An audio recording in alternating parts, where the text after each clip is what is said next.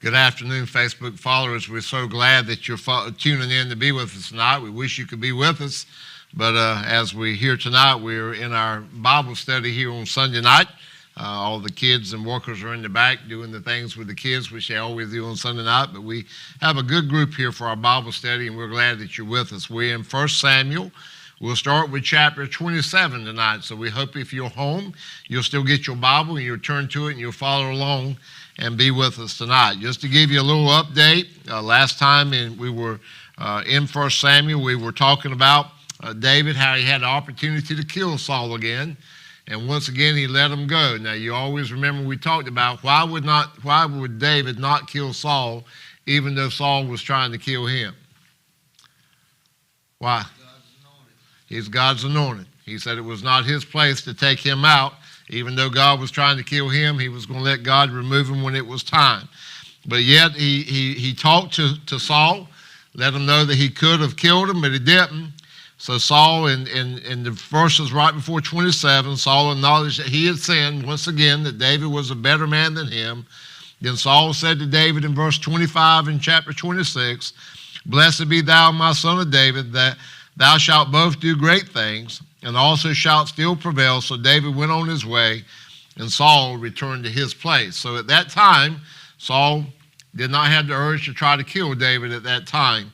But that's the second time that Saul had come looking for him, and that was the second time that David had the opportunity to kill him, but he didn't. Now we see as we come into chapter 27, something's going to happen to David that happens to all of us. David's heart is going to fail him. You ever had things that you maybe were praying for, things that you were hoping to happen, and it just seemed like it was never going to happen, and you finally just lose your faith and lose your heart and say, well, this is never going to happen. God's never going to give me this. We'll see that David's to this point in chapter 27, verse 1. And David said in his heart, "I shall now perish one day by the hand of Saul. There is nothing better for me than that I should speedily escape into the land of the Philistines, and Saul shall despair of me to seek me any more in any coast of Israel, so shall I escape out of his hand." Now David up to this point was always in the land of Israel. And because Saul was the king of Israel, he always just wanted to get rid of David because he always felt like David was going to be the king and felt like if he could kill him, then he could solve that problem. So now David's going to go a place that we know God's not going to send him to because the Philistines is the enemy. We realized when he was fighting with the Philistines before that they had the giant Goliath to come out, and David even killed the Goliath. And so now he has decided to put himself. I want you to see that God did not tell him to go. He did not pray to God, should I leave God? What should I do? His heart had failed him to the point that he says there's no hope. Saul's not going to quit coming after me. This is never going to change. The only way it's ever going to change is for me just to get out of this place, get out of the area, go far enough away that Saul said, well, he's left. He's no problem for me anymore. I'm not going to hunt for him anymore. So this is what David decided to do. Have you ever been like that in your life? Maybe you're at this time in your life. You were at that point in your life also. I had those moments while Mama was in the hospital with the dementia going and everything going and the things the doctor was telling me, I did not know. There was times that I said, I just don't know, God, whether you can give me this or not. But I never lost faith. And the reason I didn't lose faith is because that Luke 1:37, that verse keeps popping in my head no matter what, for with God nothing shall be impossible. That even though the doctors might say this and happen, see, the doctors have still told me that with this UTI and because she became septic, the doctors have said there's a very good possibility, and they're giving their best medical terminology they can, there's a very good possibility that she might not come back, add COVID on top of that. But it says we don't know. Sometimes they do. And so that's what I hold on to. And we have good days now and bad days, but she has come back so much more than she ever was. And I'm just glad to have her, and it's going to be okay. Whatever God decides to do, I'm okay with it now because God gave me the time to prepare and be in a better state of mind. It says now that David arose and he passed over with his 600 men. These were 600 faithful men that don't like Saul. They would beg David to kill Saul. Matter of fact, all Saul would have to do is say, there he is, let's go ahead and kill him. They would be glad to do it for David. They are faithful men. But we're going to see here tonight, they're going to turn on David We're going to see something bad that's going to happen. They're going to be very upset with David. And his own men is going to talk about stoning David. If you've read ahead, you know what I'm talking about. But David here with his 600 men that were with him, they went into Achish, the son of Maoch, who's the king of Gath. So David, to be able to go into the Philistine area, he had to go in and he had to find an area where a king was there. And he had to make a pact with them that I've come to not cause you any harm, because they're going to be suspicious of him. So he chose to come to Achish, who is the king of Gath. And David, it says, dwelt with Achish at Gath, he and his men, every man with his household, other words, living with his family, even David with his 2 wives, Ahinoam, who was a Jezreelite, and Abigail, the Carmelite, Nabal's wife. You remember when Nabal would not give of David what he wanted, and David was going to go kill him, and Abigail come and talked him out of doing the thing that he would be sorry about doing. And we see then that after Nabal died of a stroke of natural means, that he took Abigail, his wife, to be his. Now, Abigail is a true gift from God to David. She is bright, she is smart, she knows David's a man of God, and she leads him in all the right ways. And it was told Saul that David had fled to Gath, and he sought no more again for him. So David's plan's working, right?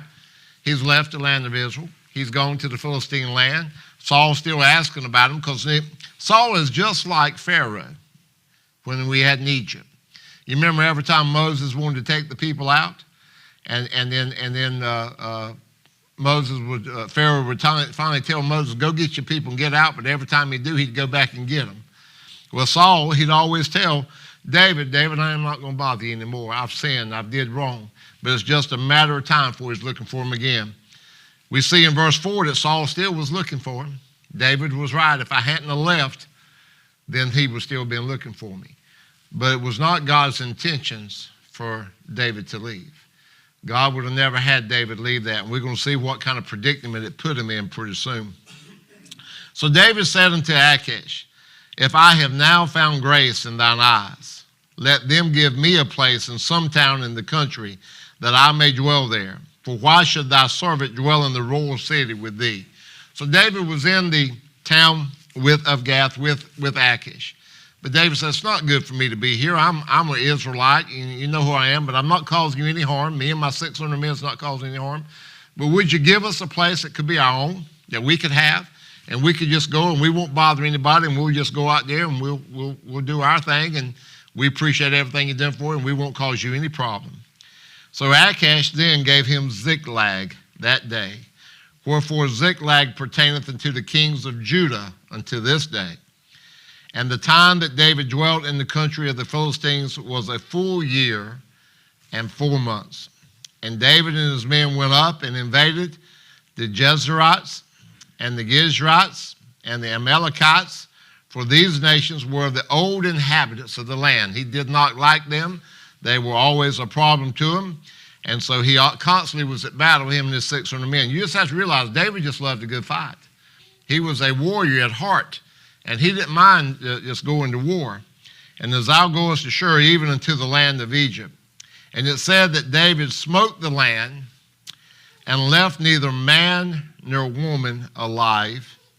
And he took away the sheep and the oxen and the asses and the camels and the apparel.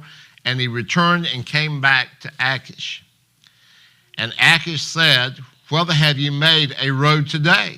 And David said, against the south of Judah, against the south of the Jerahmeelites, and against the south of the Kenites. And David saved neither man nor woman alive to bring tidings to Gath, saying, lest they should tell on us, saying, so did David, and so will be his manner all the while he dwelleth in the country of the Philistines. There was a reason that David, in the time of war, that God allowed you to kill everything that was there, the men and women, because there would always be a battle. And a lot of times it didn't say anything here about killing the children, but it said it killed all the men and women, so you won't have to fight that battle again, and you won't have to be worried about them telling somebody about what they saw. We saw that David already one time had, when he was trying to hide, that one of the people that saw him there told Saul where he was, and if he knew that day that when they saw him that they would tell him. So I want you to understand, when the Bible says he killed the man and women alive, there was a reason for that. Now he would take the spoil that he took from these people, and he would bring them to King Achish. Now King Achish liked that, because you see, he said to David, David, what kind of road have you made today? What he's asking, where you been today and what you done, David? You got me something? And Achish liked all of the things that David was doing, going to war, and he would bring back a lot of the spoils and give back to the king. Say, yeah, king, we've been out today and we brought you all this. And David, I think he felt like that was necessary to do for King Achish, so King Achish would not untrust him or not trust him, and that way by him being faithful and true, he could gain the trust of Achish. And Achish believed David, saying, he hath made his people Israel utterly to abhor him. Therefore he shall be my servant forever. Now these people he were fighting were in Judah, which was part of Israel. But they were the part of Judah that David just didn't like. So we see here in verse 27 that David lost his faith. David decided to leave on his own to go to a different place. And we see now, since David's here, that he's doing everything he can to win over King Achish so that King Achish would trust him. Now we see that the Philistines are going to fight Israel in chapter 28. Now this is going to put David, I'm going to tell you before we get into it, this is going to put David in a terrible situation. King Achish knows that David and his 600 men, that's some of the best fighters there are. And King Achish is getting ready to go to war, him and the other lords of the Philistines. So naturally, since he's got to go fight against Saul, he says, David, you've proven yourself. I want you to go fight with me. So as a matter of fact, I'm going to make you like my royal guard. Your job will be to just look after me and protect me, because naturally he would want the very best. Now this is going to really put David in a tough situation, because David never would go against Saul. And now it looks like he might have to go to war just to satisfy King Achish, because if King Achish asks him to go, and he says, no, I'm not going to go, then King Achish is going to be suspicious of him. So I wonder how God's going to work this out so that he don't have to go. Let's watch and see. And it came to pass in those days that the Philistines gathered their armies together for warfare to fight with Israel. And Achish said unto David, know thou assuredly that thou shalt go out with me to battle, thou and thy men. Achish didn't ask. He said, David, you know you and your men go with me to battle. And David said to Achish, surely thou shalt know what thy servant can do. David said, you've seen me fight. You know what we can do. You know we can fight. And Achish said to David, therefore will I make thee keeper of mine head forever. Achish is not only going to take him out to war, but he says, y'all going to stay right next to me. Because the king wanted the very best. Now, kings at that time went to battle with their men. The one time that King David didn't go to battle, what happened? He committed probably one of the worst sins that the Bible's ever talked about. He happened to spot Bathsheba while he was on his balcony. He should have been out to war with his men also, but he didn't. And because he didn't go out to war, he spotted Bathsheba, and then he had an affair with Bathsheba, and she got pregnant, and he had to have a man killed because of all that. So we see here that he's caught in a predicament, but David has handled it pretty good. Now Samuel, you remember who Samuel was. He was the prophet. He was the one that went and told Saul that God's not going to let you be king anymore, because he let a king live at that period of time that he was supposed to kill him, and that displeased God. And Samuel was dead, though, and all of Israel had lamented him and buried him in Ramah, even in his own city. And Saul had put away those that had familiar spirits and wizards out of the land. When Samuel died, everybody that was associated with Samuel, that was a prophet or had any power at all to tell the future, Saul said, let's get rid of them. So we don't need them anymore. Saul had cut all ties with God altogether. And he felt like, a person that feels all powerful and mighty, they don't feel like they need God. I don't need God to tell me what to do. I can make my own decisions. I can decide what I need to do. And so Saul, up to this point, he was just preoccupied, and there was a period of time of peace. He was preoccupied with hunting up David. So he hadn't been challenged for his war, but now he was getting ready to be challenged. And everything was going to change. And Saul was not thinking ahead, because everybody that could predict to him or talk to him and talk to the Lord and let him know how this would turn out, he'd kicked out. And it says in verse 4 that the Philistines gathered themselves together, and they came and pitched in Shunem, and Saul gathered all Israel together, and they pitched in Gilboa. And it says, when Saul saw the host of the Philistines, he was afraid, and his heart greatly trembled. I imagine if you're there at war, the way they fought during that period of time, when you look over there where they were at and they could see each other, and they were both gathering their forces, the Philistines were very, very numerous and had big armies, probably greater armies than Israel. But God always let Israel prevail, because God was always with Israel. But Saul knew in his heart, and I think part of the reason that he probably trembled and greatly trembled, because Saul knew in his heart he'd kicked everything about God out of his country. Can I take a moment right now and say, I'm afraid the United States is going to be in this situation real soon where we'll be greatly trembling about what we're doing. Because what Saul did, and we're going to see what's going to happen to Saul here real soon, what Saul did, we in the United States of America, we are doing the same thing. We're letting our borders be free. We're letting everybody come across, and they've said they're documenting, but I don't know how much, because we haven't many that get across we don't even catch, and we don't know where they're going, and we don't know what they're doing. We know drugs are just pouring into our border. We know our young people are getting hooked on drugs and they're getting killed. We know people are getting filthy rich off of the drugs that you're selling. We know they're killing our young people. Had a funeral home director, and I won't call his name and stuff for the sake of privacy, but had a funeral home director told me just the other month that he had 4 in a row of drug overdoses that he buried, and all of them in the 30s and 40s, and that was close by. And so very, very tough time, and we've got a semblance of people that are faithful about coming, but we got many churches. I don't try to condemn churches. I just talk about what I feel. I feel like we're not giving God a lot of time when we come on Sunday morning, Sunday night, and Wednesday night. I think in the course of a week, we're giving God very little of our time. But we are doing so much more than many churches. Many churches are meeting on Sunday morning, and that's about it.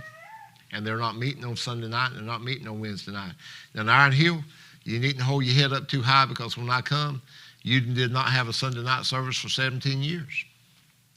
And it took a man sitting by the door back there to bring it to the issue. And I was waiting for somebody, praying hard for somebody to bring it to the issue, because I felt it would be better coming from somebody else rather than coming from me. And when he finally made a motion of it, we decided then we're going to start having Sunday night church. And now it seems like it wouldn't be right if we didn't have a Sunday night service.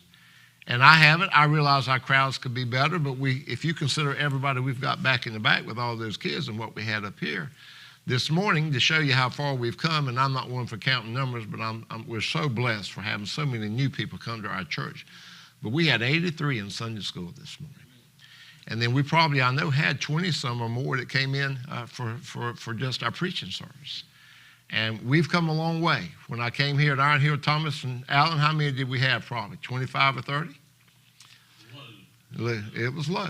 I mean, and God's been good to us and been faithful, and I think he's rewarded us for being faithful to him. And we get into Bible study, and we've got the thirst for what we do on Sunday night. It's a little different than the way I preach on Sunday morning, but we take it verse by verse to try to understand and go. I know Chad shared with me how he's reading the Bible, but the books that we're going through, he's skipping over them because he figures we're going to do them on that night. But Chad is make a devotion to himself to read the Bible through. And I know he's working hard at it. And so that's what it takes. You just have to decide, I'm going to do it in no better time than the beginning of a new year.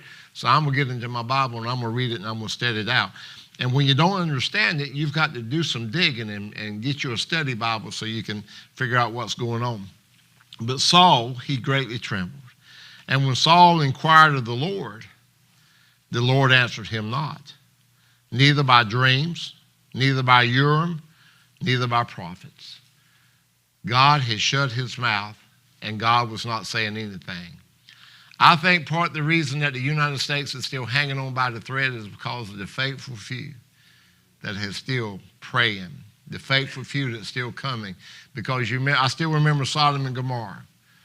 When Abraham went to God and said, God, if I find 50, if I can just even find 10, God, would you? I think we might be in that scenario here. We still got enough that God is holding back to see if things might change. So since Saul has kicked all of them out, he's going to go to a witch, the witch of Endor. Now, I don't know if you know this story. It's one of the greatest stories in the Bible about what Saul is going to do. But then said Saul unto his servants, seek me a woman that hath a familiar spirit. These are called mediums. Do you know what a medium is? A medium is a person who can call back the dead so that you can talk with them. This is called necromancy.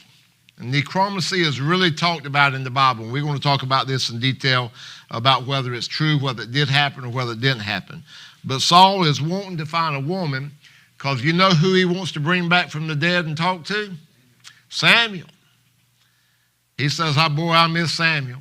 I could always go to Samuel and Samuel could always tell me what the Lord would say. So he says, find me a woman that has a familiar spirit. She's a witch in a way, but she has the power. Do you know in America today we have some that claim to have this power? To be able to come. I've seen them on TV. I know you might know some around in places there and stuff. You can come. They say they'll tell you your future. What they'll do, they'll take your money. That's what they'll do. But they claim they can call out spirits from the dead. That's not biblical. I want you to know that. That I may go to her and inquire of her. And his servant said to him, behold, there is a woman that has a familiar spirit at Endor. And Saul, it said, disguised himself. Now, why do you think Saul disguised himself before he went to this woman? He'd already kicked all of these out of the country and got rid of them. And he knew if he did not disguise himself when we was looking, nobody would open up to him because they would be fearing of what he was going to do to them. But Saul was not going to do that now because he was in need of them. Before, he wanted nothing to do with God. I don't need God. I'm king. I can handle everything myself. So he wanted nothing to do with them. But now he disguised himself so that she would not recognize who he is. So Saul disguised himself, put on other raiment, and he went and 2 men with him. And they came to the woman by night. And he said, I pray thee, divine unto me by the familiar spirit, and bring me him up, whom I shall name unto thee. What he means, bring him up, he says, I want you to call somebody back from the dead so that they may talk with me. Now, this, what he was asking to do, if you want to read it in the Bible, we won't take time to go there, but in Leviticus chapter 19, verse 31, tells us that doing such as this, the Bible speaks of it, as being an abomination to God. If it's an abomination to God, you think God's going to allow it to happen? So many people, and I'm going to tell you everything I've studied out about this, many people have a very big discussion whether it's true what happened or what didn't happen. But listen to what happened. And the woman said unto him, behold, thou knowest what Saul hath done, how he hath cut off those that have familiar spirits. She's telling him, you know what Saul's already done to people like me, and the wizards out of the land. Wherefore thou layest thou a snare for my life to cause me to die? And then Saul swore to her by the Lord, saying, as the Lord liveth, there shall be no punishment happen to thee for this thing that I'm asking you to do. Then said the woman, whom shall I bring up unto thee? And he said, bring me up Samuel. And when the woman saw Samuel, she cried with a loud voice. And the woman spake to Saul, saying, why hast thou deceived me? For thou art Saul. Now, did she have some power? It is possible. Or did she just know what Saul looked at, and even though he had a disguise on, she figured out who it was? Many think that she probably knew who Saul was before because she made a statement, you know what Saul has done to people like me, and so why would she say all these things to him if she didn't already recognize who he was? But anyway, he's come and she's very fearful. But it says that she did see something. Many people feel like she saw something that sort of caught her off guard. And the king said to her, "Be not afraid, for what sawest thou?" And the woman said unto Saul, "I saw gods ascending out of the earth." And he said unto her, "What form is he of?" And she said, "An old man cometh up, and he is covered with a mantle." And Saul perceived that what she told him, that it was Samuel, and he stooped with his face to the ground and bowed himself. Now, let me stop here a second to speak on this behalf. Was the witch of Endor really able to call out Samuel from the dead? I don't believe so. And J. Vernon McGee, who I trust immensely, he don't believe so. And the reason we don't believe it's possible that she would do that, because the Bible speaks so highly against being any of this happen. There's only one person that can go talk to the dead. You know who that is? Jesus Christ. He went down into Hades, and he talked to the ones that was down there. He has the power. Now, Satan does have a certain amount of power, but we don't feel like he would be calling Samuel up. And so we believe, like the lady of Endor, the witch of Endor, that she was a ventriloquist. Many people believe that while she was sitting there and she was acting like somebody was talking within her, and sitting there without her mouth moving, and you could hear somebody speaking, but you could not see anybody. She could see them, but Saul could not see them. But they believe that she was able to pull this off for Saul because she was a ventriloquist, a very good ventriloquist. Now, these are some things we just would never know. I've studied out behind 3 or 4 very best theologians and read books and stuff to try to get a figure on, but I don't want you to think that a medium can call back a dead person, because it's not biblical. The Bible doesn't say anything about it happening. I do not feel this lady here at this time was able to do it either. But for whatever reason, God used her to achieve a purpose he wanted to with Saul. It says now, and Samuel said to Saul, and this is Samuel talking, but we think it's the woman just being a ventriloquist talking, "Why hast thou disquieted me to bring me up?" It's like Samuel says, "Saul, why in the world? I'm down here resting. I'm in a good place," if you want to think about it that way. He's asking, why do you bother me and bring me back up? And Saul answered, "I am sore distressed, for the Philistines make war against me, and God has departed from me, and answereth me no more, neither by prophets nor by dreams. Therefore I have called thee, that thou mayest make known unto me what shall I do." Then said Samuel, speaking through the woman, "Wherefore thou doest now ask of me, seeing the Lord is departed from thee, and is become thine enemy?" Samuel saying, "Saul, why would you call me?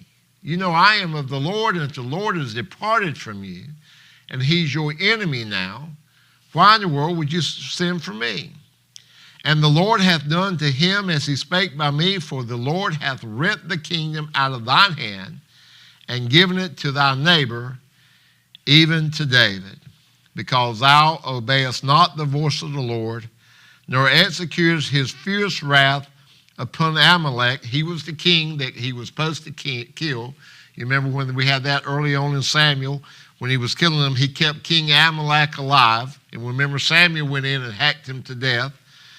"Therefore hath the Lord done this thing unto thee this day. Moreover, the Lord will also deliver Israel with thee into the hand of the Philistines. And tomorrow shalt thou and thy sons be with me, and the Lord also shall deliver the host of Israel into the hand of the Philistines." Now, for a king to have to hear these things from the one he thought was Samuel, he's already terrified, you can imagine. And see, Saul in his mind think he is really talking to Samuel. But I really believe that God is using the woman to tell Saul what he wants him to hear. When Saul heard this, in verse 20, it says, Saul fell straightway all along on the earth, and he was sore afraid because of the words of Samuel. And there was no strength in him, for he had eaten no bread all the day, nor all the night. You ever been so scared you couldn't eat? I imagine it would be very easy to get in that situation. And the woman came unto Saul, and saw that he was sore troubled. This was the witch of Endor. And said unto him, Behold, thine handmaid hath obeyed thy voice, and I have put my life in my hand, and have hearkened unto thy words which thou spakest unto me. Thou therefore, I pray thee, hearken thou also unto the voice of thine handmaid, and let me set a morsel of bread before thee, and eat, that thou mayest have strength when thou goest on thy way. But it says Saul refused, but he refused and said, I will not eat. But his servants then, together with the woman, compelled him, and he hearkened unto their voice. So he arose from the earth and sat upon the bed.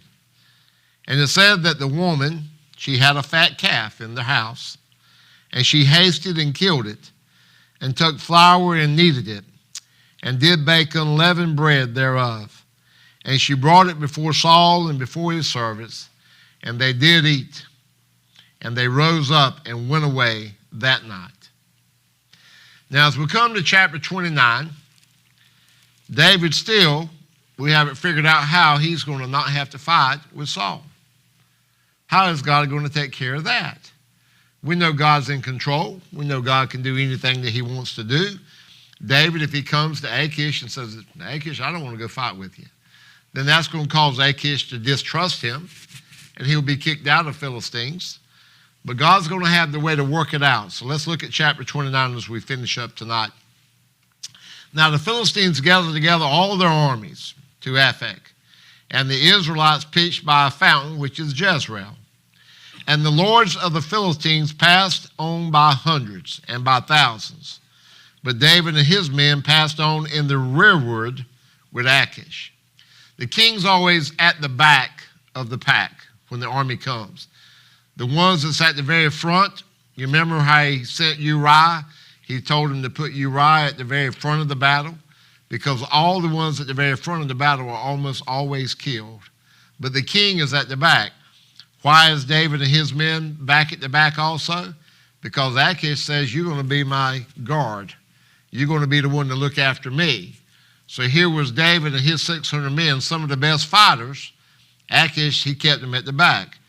Now the rest of the lords, the other kings and stuff that's there along with them, they're not going to feel good about that, because here they are battling Saul from the front, and they know David is one of the ones that used to be with Saul, and he's at the back. That makes them to be boxed in. You got Saul on this side, you got David and his men at the back. They just didn't feel good, so they're going to talk to him about it. Let's see what they say. Then said the princes of the Philistines, what do these Hebrews hear? And that's the Hebrews they're talking about is David and his men. And Achish said unto the princes of the Philistines, is not this David, the servant of Saul, the king of Israel, which hath been with me these days or these years? Because he's been there 1 year and 4 months. And I have found no fault in him since he fell unto me this day. Achish is speaking on behalf of David. He's been with me over 1 year, boys. I've not found anything wrong with him. But the princes of the Philistines were wroth with him. And the princes of the Philistines said unto him, make this fellow return, that he may go again to his place, which thou hast appointed him. And let him not go down with us to battle, lest in the battle he be an adversary to us. For wherewith should he reconcile himself unto his master, that's Saul? Should it not be with the heads of these men? Is this not this David of whom they sang one to another in dances, saying, Saul slew his thousands, and David his tens of thousands? So that saying still going on, and that's what Saul began to hate David so much in the very beginning. So everybody was just very upset that David and his men was there. But they came to fight with Achish. David didn't know any way out of it. I don't know how David was going to handle it if they'd had to go into battle, but God's going to work it out. So watch what happens in verse 6. Then Achish called David and said unto him, Surely as the Lord liveth, thou hast been upright, and thy going out and thy coming in with me in the host is good in my sight. For I have not found evil in thee since the day of thy coming unto me unto this day. Nevertheless, the Lord's favor thee not. I want you to know that David's character was not to be evil. When he came to Achish and he asked him to do what he did, it was not David's heart to betray him. He felt like he had to get out of Israel. He'd lost his faith of staying in Israel, felt like Saul was never going to stop coming after him. I reckon he was waiting for God to show up. And like all of us do, when God wasn't showing up as quick as David wanted, and it seemed like every time he turned around, here comes Saul again, that David said, well, I just got to take matters in my own hand, and I got to do this rather than wait it out. So now he was put in this tough situation, but God's going to work it out because they want Achish to send him home. So Achish told him in verse 7, Wherefore now return, and go in peace, that thou displease not the lords of the Philistines. And David said unto Achish, What have I done? And what hast thou found in thy servant so long as I have been with thee unto this day, that I may not go fight against the enemies of my lord the king? And Achish answered and said to David, I know that thou art good in my sight, as an angel of God. Notwithstanding, the princes of the Philistines have said, He shall not go up with us to the battle. Achish is basically telling to David, David, it's out of my hand. I appreciate that you want to go with me, but they won't let you go. And I've got to hear what they say. It says, Wherefore now rise up early in the morning with thy master's servants that are come with thee, and as soon as you be up early in the morning, have light, you depart. So David and his men rose up early to depart in the morning, returning to the land of the Philistines, and the Philistines went up into Jezreel. And we're going to stop there because I won't have time to get into chapter 30. But I really want you to read what happened in chapter 30. I'm going to tell you a little bit about it to pique your interest. Most of the time when the men were going to leave home, they would leave a certain group of men to protect the women and children. But David, because they were going to war and Achish wanted all of them to go, David took all 600 of his men, and at his home that he had there in Philistine, he left the women and children there. David's wife was there too. During that period of time while they were there, the Amalekites invaded his land, and they took all the women and children, and they burned his place they were living. And when David and his men got back, all they could find was their place, their homes they had was burned. All their belongings were stolen, and their wives and their children were gone. At that period of time, they all just began to weep and cry unto the Lord. God, why? Why did you allow this to happen? And immediately they thought that their wives and their children had been killed. And so at that time, David's own men began to turn on David. And when they began to turn on David, they said, we should stone David. This would have never happened if David hadn't been taking us to war to fight against our homeland of Israel. And so they were very upset with him. So for you to find out what happens, you go ahead and read between now and next Sunday, and maybe I'll pique your interest enough you'll figure out what's happened and how it happened. I always like to have a time of invitation. We don't have a piano player, but as I said, I like Grace. Grace as good as anything. So let's play it one more time, and we'll let that be our invitation song. I'm here at the front. If you have any situation that you're dealing with that you want me to pray with you about, I'd be honored if you'll come. If not, if you just need to come pray tonight as we sing this song,